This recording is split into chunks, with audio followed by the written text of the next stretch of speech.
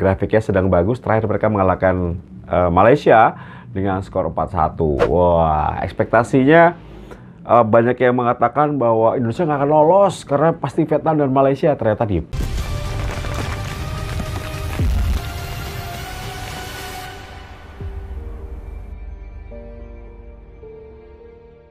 Setelah Indonesia akan menghadapi Singapura di semifinal dari Piala AFF 2020. Seneng nggak? Seneng nggak? Seneng nggak? Seneng nggak? Seneng dong, karena tentunya Indonesia masuk semifinal. Sebuah apresiasi luar biasa dari anak asuh Sintayong di penyisihan grup B. Mereka mampu menjadi juara grup loh. Main 4 kali, 3 kali berang, 1 kali seri. Dan grafiknya sedang bagus. Terakhir mereka mengalahkan Malaysia dengan skor 4-1. Wah, ekspektasinya banyak yang mengatakan bahwa Indonesia nggak akan lolos karena pasti Vietnam dan Malaysia, ternyata dibalik semuanya oleh Sintayong dan oke. Dan bagaimana peluang Indonesia, Bung Tio? Wah, kalau kita jujur dari hati yang paling dalam pastinya ingin lolos dong, ingin masuk final dong, karena Indonesia tentunya punya keinginan meraih gelar juara. Tapi sebelum kita melihat gelar juara, tentunya masuk final dulu. Lawannya adalah Singapura. Singapura bagaimana? Singapura tuan rumah, guys. Nah, ini Singapura adalah tim yang negara yang sudah 4 kali juara Piala AFF dan sudah bertemu dengan Indonesia 59 kali, di mana kita menang 30 kali, 11 kali seri, 18 kali dimenangkan oleh mereka. Dan dalam selama AFF sudah bertemu 9 kali dan kita hanya menang 3 kali, seri 2 kali, sedangkan mereka menang 4 kali. Termasuk ketika tahun 2004 mereka juara mengalahkan kita di final. Nah, ini bukan lawan yang mudah, bukan lawan yang bisa disepelekan, karena faktor tuan rumah banyak banget. Dan kabarnya aku lihat bahwa National Stadium sudah sold out tiketnya untuk semifinal menghadapi Indonesia di leg pertama tanggal 22 dan di leg kedua tanggal 25. Wih, iyalah dekat, harus nonton ya kan. Nah, apa yang akan menurut Bung Tio yang akan dilakukan oleh Sintayong? Kalau gue melihat ini akan susah ditebak lagi. Kita ingat menghadapi Kamboja, Laos, Vietnam, Malaysia. Formasinya berbeda, strateginya berbeda, tergantung dengan kekuatan dan kelemahan lawan. Formasi ini dipasang, pemainnya juga beda-beda. Jadi susah gitu, rotasi terus dilakukan. Tapi menurut gua, kalau gua boleh memprediksi, mungkin ada 5-6 pemain yang mungkin akan pasti dipasang. Dan itu tidak mungkin tidak. Nadeo, penjaga gawang, Pratama Arhan, kemudian Asnawi Mangku Alam, Alfrianda Dewangga. Itu pasti dipasang. Mungkin sama Akal Bagot ya di belakang. Tengah Rahmat Irianto, kemudian Witan Sulaiman dan Ricky Kambuaya. Itu yang pasti akan dipakai. Nah, tinggal nanti apakah Eva Dimas akan main dari awal, apakah Ezra akan main dari awal, terus siapa pasangan dari Alfrianda Dewangga. Nah, ataukah Alfreda akan bermain sebagai seorang DM, Rahmat Irianto dicadangkan, masuk Fahrudin berpasangan dengan Akan Bagot. Banyak opsi, dan itu hanya Mr. Sin yang tahu gitu, karena dia tahu kelebihan dan kelemahan lawan. Tentunya sudah punya tim riset yang akan memberikan informasi kepada dia bagaimana kelemahan dan kelebihan Singapura. Nah, kabar terakhir adalah Singapura kehilangan salah satu fullbacknya karena cedera, tapi selebihnya mereka mengandalkan anak-anak Fandi Ahmad. Ada Iksan Fandi di depan, ada Irfan sebagai seorang center back, kemudian ada Haris Harun di tengah. Terus ada juga mereka memiliki pemain yang cukup berbahaya di sisi sayap, Faris Ramli yang juga bahaya nomor 10. Jadi mereka memiliki permainan yang lambat sebetulnya, berbeda dengan lawan-lawan yang kita hadapi seperti Malaysia dan Vietnam ya di grup B. Jadi ini pasti adjustmentnya, taktiknya totally different. Jadi pasti berbeda. Nah, itu yang gue pengen lihat gitu. Nggak sabar untuk melihat pertandingan tanggal 22 nanti. Apalagi yang akan coba dibawa oleh Sintayong untuk tim nasional kita, untuk hibur kita gitu.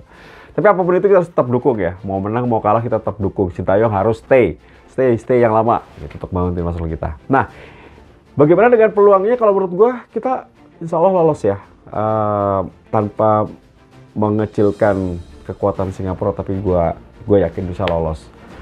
Cuman kita lihat prosesnya seperti apa, itu kadang enak ya, lihat pertandingan tuh mantep gitu. Nah, itu prediksi gue, dan juga tentunya teman-teman dari presenter komentator RCTI Sport juga memiliki opini. Nih dia Selamat buat timnas Indonesia yang berhasil melaju ke babak semifinal. Asik, selamat John, sikat terus. Dan untuk berhadapan dengan Singapura, prediksi atau mungkin analisa gua, Indonesia harusnya bisa. Meskipun agak sedikit masalah, tapi setidaknya bisa untuk melawan Singapura.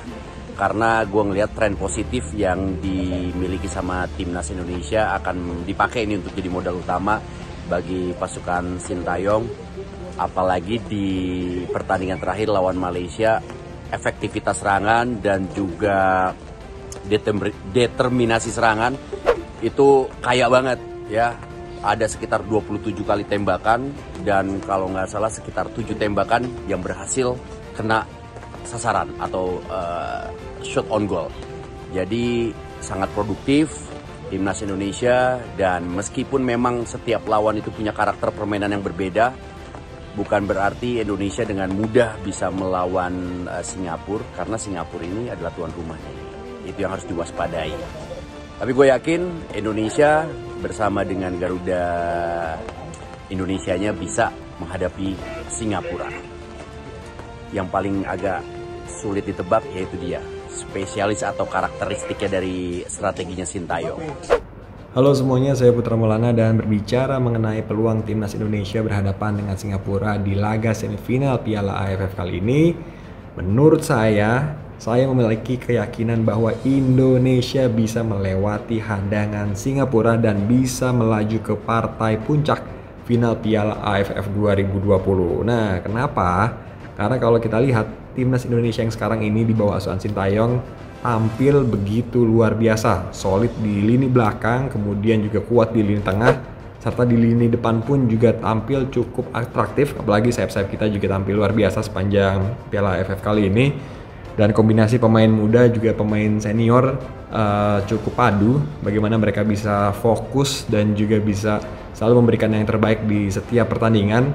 Sedangkan untuk Singapura sendiri, walaupun mereka sebagai tuan rumah, namun sejauh ini saya melihatnya penampilan mereka tidak begitu spesial, walaupun juga di situ ada beberapa pemain yang harus diwaspadai.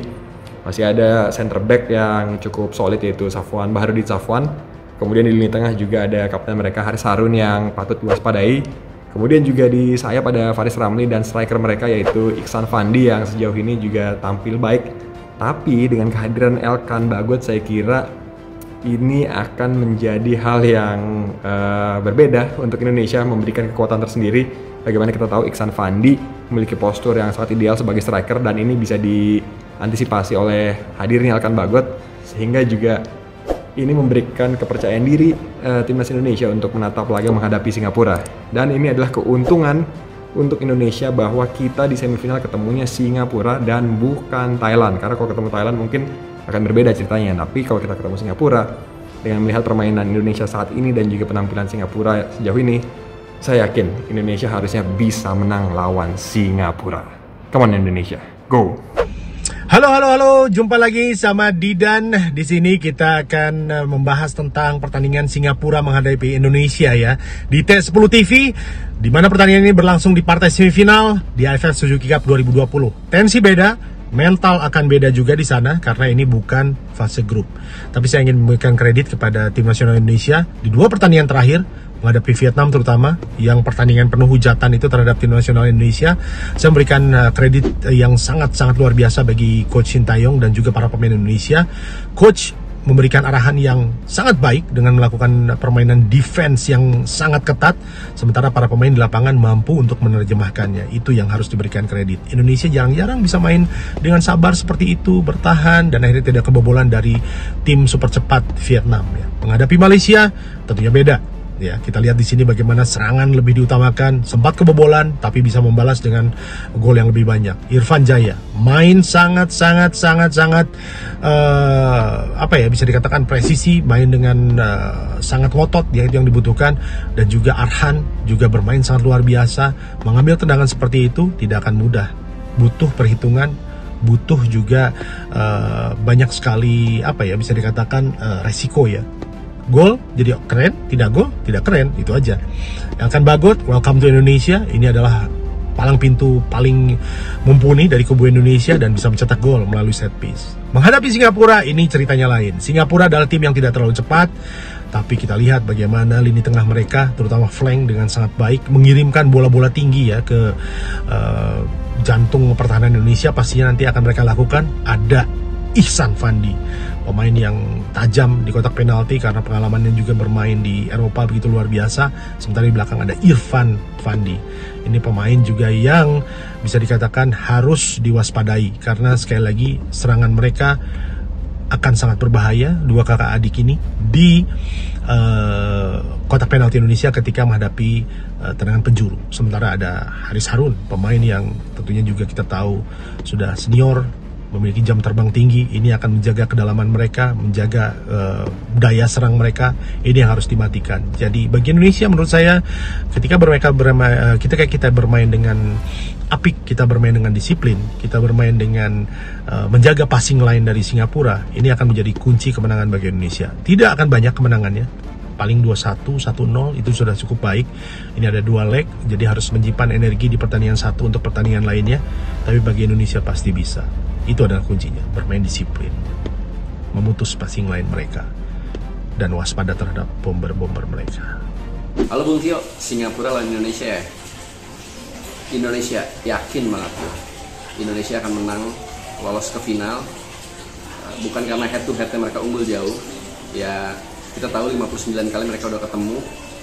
Indonesia menang 30 laga, sementara Singapura cuma menang 18 kali diantaranya. Jadi itu head to headnya Indonesia unggul jauh. Tapi lupakan sejenak karena yang gue pengen titik beratkan adalah bagaimana timnas Garuda saat ini di bawah asuhan pelatih Shin Tae-yong asal Korea Selatan mampu bermain padu sebagai satu unit yang kolektif banget, bertahan ataupun menyerang. Mereka sangat kolektif, mereka sangat mengenal satu sama lain, bagaimana pergerakan satu sama lain, dan kita lihat pembuktian mental baja mereka terbukti di laga melawan Malaysia di fase terakhir grup, di laga terakhir fase grup, bagaimana Indonesia harus tertinggal lebih dulu 1 gol, tapi mereka mampu membalikan keadaan bukan dengan mencetak 1 atau 2 gol, melainkan 4 gol, dan itu sangat luar biasa. Kita melihat secara mental mereka sudah lebih baik daripada tim-tim sebelumnya, dan kita juga, gue pribadi suka banget lihat kejutan yang dihadirkan Shin Tae-yong. Tiap dia menurunkan starting 11-nya di 4 laga ini, banyak sekali kejutan, terutama di lawan Vietnam dan Malaysia. Pemain-pemain kunci seperti Evan Dimas tidak diturunkan sejak awal, tapi itu justru membuahkan hasil yang baik, hasil yang positif, karena lawan-lawan justru terpecah konsentrasinya. Gue yakin sekali lagi kalau Indonesia mampu menekuk Singapura, meskipun Singapura bermain sebagai tuan rumah kali ini, dan gue harap di final ke-6 nanti yang Indonesia akan datangi, mereka mampu menembus pertama kalinya untuk lolos sebagai juara Piala AFF dalam sejarah tim nasional Indonesia. Bravo Garuda. Ya, prediksi Indonesia melawan Singapura. Nah, untuk pertama kalinya, walaupun nasionalisme gue nggak perlu pertanyain lagi, gue gila banget sama timnas Indonesia. Tapi untuk kali ini kenapa? Gue tuh yakin banget atas 2 hal. Satu adalah Shin Tae-yong. Banyak yang meragukan dia di awal-awal, tapi gue sangat bullish sama Shin Tae-yong ini. Kenapa? Satu reason, dia ngalahin timnas Jerman, bos. Timnas kesayangan gue setelah timnas Indonesia, oke? Nah, kedua adalah approach daripada seorang Shin Tae-yong. Ini yang sangat gue suka. Untuk Bung Tio, kalau penggemar Romanisti masa nggak suka Jose Mourinho, ini terkenal pelatih yang paling jago mengatur strategi atau taktik, terutama dalam pertandingan yang sifatnya bukan kompetisi panjang, tapi sifatnya turnamen. Shin Tae-yong membuktikan dalam 4 laga pertama selalu ngerubah formasi.